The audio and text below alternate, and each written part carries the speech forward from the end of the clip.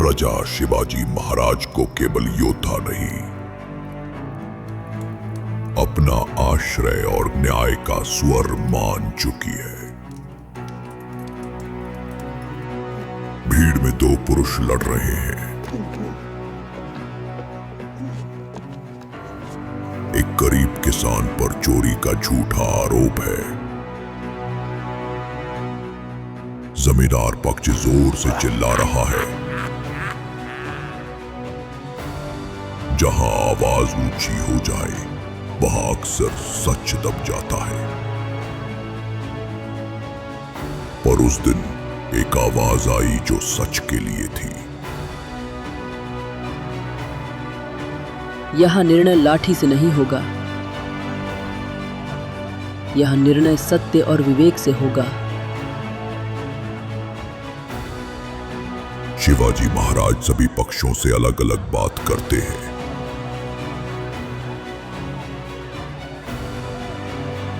एक वृद्ध महिला सच्चाई बताती है। तलवार पकड़ना आसान है, पर न्याय करना हर राजा की अग्नि परीक्षा होती है। कोई जोर से बोले, इससे वो सच्चा नहीं होता, और जो चुप रहे वो झूठा नहीं होता।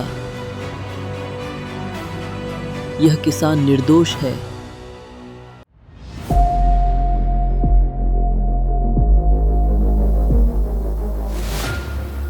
और जिसने झूठा आरोप लगाया वो ही अपराधी है। झूठा आरोपी शर्मिंदा है। शिवाजी महाराज उसे दंड की जगह सेवा का आदेश देते हैं। जहां और राजा अपमान का बदला लेते हैं, शिवाजी महाराज ने अहंकार को शिक्षा दी। तू सजा नहीं पाएगा, तू सेवा करेगा और तभी तेरा अपराध मिटेगा। स्वराज्य में दंड होगा, पर क्रोध से नहीं, धर्म से। गांव के लोग चरणों में झुकते हैं।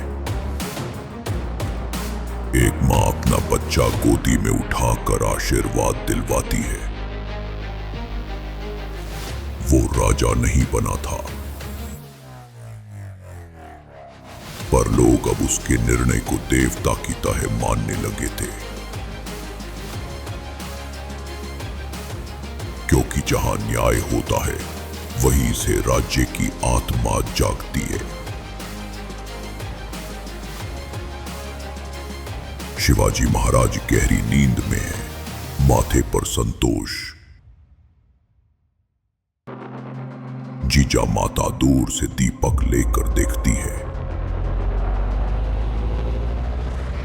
आज तूने युद्ध नहीं किया, फिर भी तूने सबसे बड़ी जीत पाई है। अब मुझे यकीन है एक दिन तू न्याय से राज्य को सजाएगा, ना कि केवल तलवार से जीतेगा। अगले अध्याय में देखिए तोरना की ओर पहला कदम। जब शिवाजी महाराज केवल विचार नहीं, अब रणभूमि की ओर पहली सिंह गर्जना करने निकलते हैं। जहां एक किला नहीं, स्वराज्य की पहली नींव जीत ली जाती है।